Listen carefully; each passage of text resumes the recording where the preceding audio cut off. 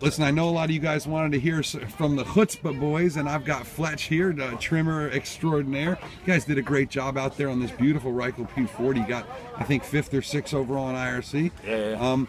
Could it have been better? Did you sail a great race, or did you fall in some of those nasty holes? Well, tell us a little bit about your race down. Yeah, no, we were 5th.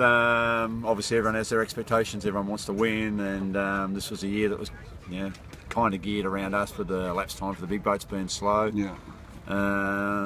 We were probably 6 hours out in the weather window. If we'd have had what was forecast to get us at least to Tasman, we would have been in good shape. But then we ended up bashing up wind for 5 or 6 hours, which kind of, the elapsed time goes out the window.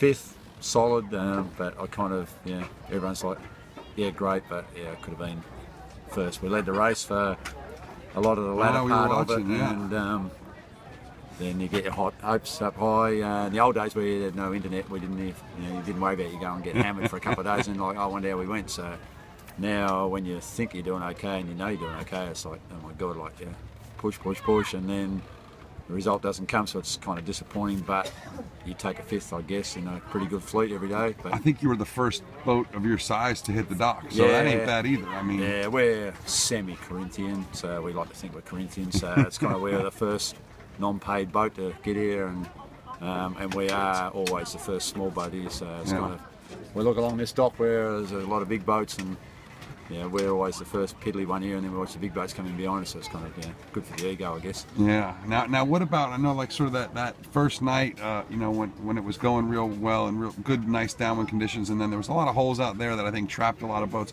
How'd you guys get through that, and where did you, did you head into shore? Where'd you make your move there? Well, we got reasonable weather routing, which we go through quite a few websites to pick out the best. We just try to this year stay a bit more focused on the targets.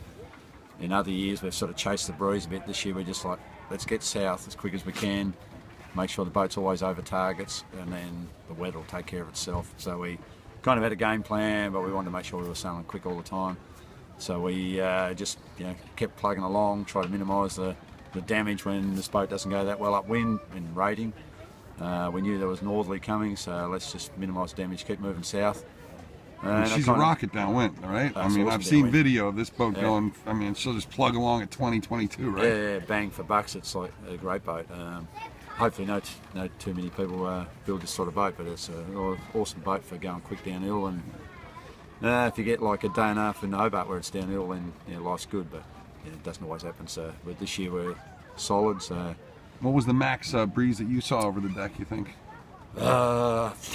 Geez, I don't know, 50 knots maybe around Tasman. We had like a few gusts, and up on the east coast we had like a few up around the 50. We got down to a tri-slot one stage. Any major breakages? Nothing. No. Dry as a bone down below, I've heard? Used to be, but there are a couple of leaks developing, unfortunately. And they are generally dry. I mean, annoying drips that hit you in the face when you don't want to be hit in the face.